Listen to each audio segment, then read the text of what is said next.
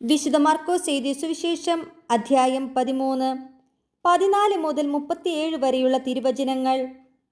വിനാശത്തിൻ്റെ അശുദ്ധ ലക്ഷണം നിൽക്കരുതാത്തിടത്ത് നിൽക്കുന്നത് നിങ്ങൾ കാണുമ്പോൾ വായിക്കുന്നവൻ ഗ്രഹിച്ചു കൊള്ളട്ടെ.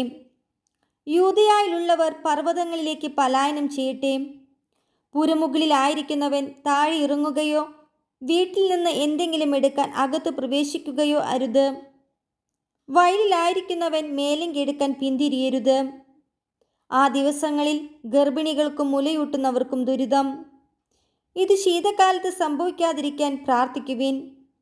ദൈവത്തിൻ്റെ സൃഷ്ടികർമ്മത്തിൻ്റെ ആരംഭം മുതൽ ഇന്നുവരെ ഉണ്ടായിട്ടില്ലാത്തതും ഇനി ഒരിക്കലും ഉണ്ടാകാത്തതുമായ കഷ്ടതകൾ ആ ദിവസങ്ങളിൽ ഉണ്ടാകും. കർത്താവ് ആ ദിവസങ്ങൾ ചുരുക്കിയില്ലായിരുന്നെങ്കിൽ ഒരുവനും രക്ഷപ്പെടുകയില്ലായിരുന്നു.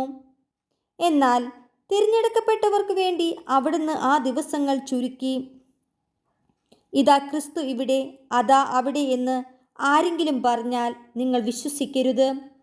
കാരണം കള്ളക്രിസ്തുമാരും വ്യാജ പ്രവാചകന്മാരും പ്രത്യക്ഷപ്പെടും.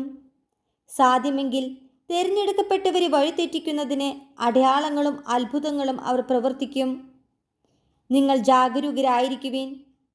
എല്ലാം ഞാൻ മുൻകൂട്ടി നിങ്ങളോട് പറഞ്ഞിരിക്കുന്നു.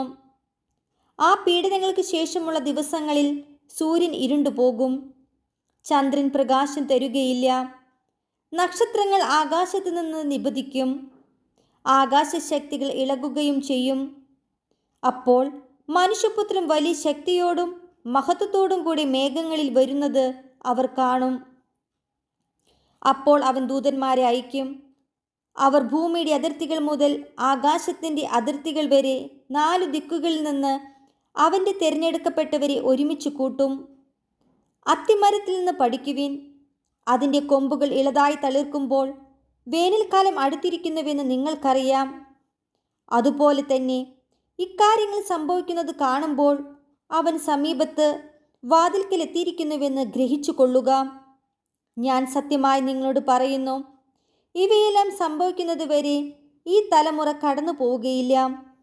ആകാശവും ഭൂമിയും കടന്നു പോകും, എന്നാൽ എൻ്റെ വചനങ്ങൾ കടന്നു പോവുകയില്ല. എന്നാൽ ആ ദിവസത്തെക്കുറിച്ചോ ആ മണിക്കൂറിനെക്കുറിച്ചോ പിതാവിനല്ലാതെ മറ്റാർക്കും, സ്വർഗത്തിലുള്ള ദൂതന്മാർക്കോ പുത്രന് പോലുമോ അറിഞ്ഞുകൂടാ. ശ്രദ്ധാപൂർവം ഉണർന്നിരിക്കുവിൻ. സമയം എപ്പോഴാണെന്ന് നിങ്ങൾക്കറിവില്ലല്ലോ. വീട് വിട്ട് ദൂരേക്ക് പോകുന്ന ഒരുവൻ സേവകർക്ക് അവരവരുടെ ചുമതലയും കാവൽക്കാരന് ഉണർന്നിരിക്കാനുള്ള കൽപ്പനയും നൽകുന്നത് പോലെയാണ് ഇത്. ആകയാൽ ജാഗരൂകരായിരിക്കുവിൻ. എന്തെന്നാൽ ഗൃഹനാഥൻ എപ്പോൾ വരുമെന്ന് സന്ധ്യയ്ക്കോ അർദ്ധരാത്രിക്കോ കോഴി കൂവുമ്പോഴോ രാവിലെയോ എന്ന് നിങ്ങൾക്കറിഞ്ഞുകൂടാ.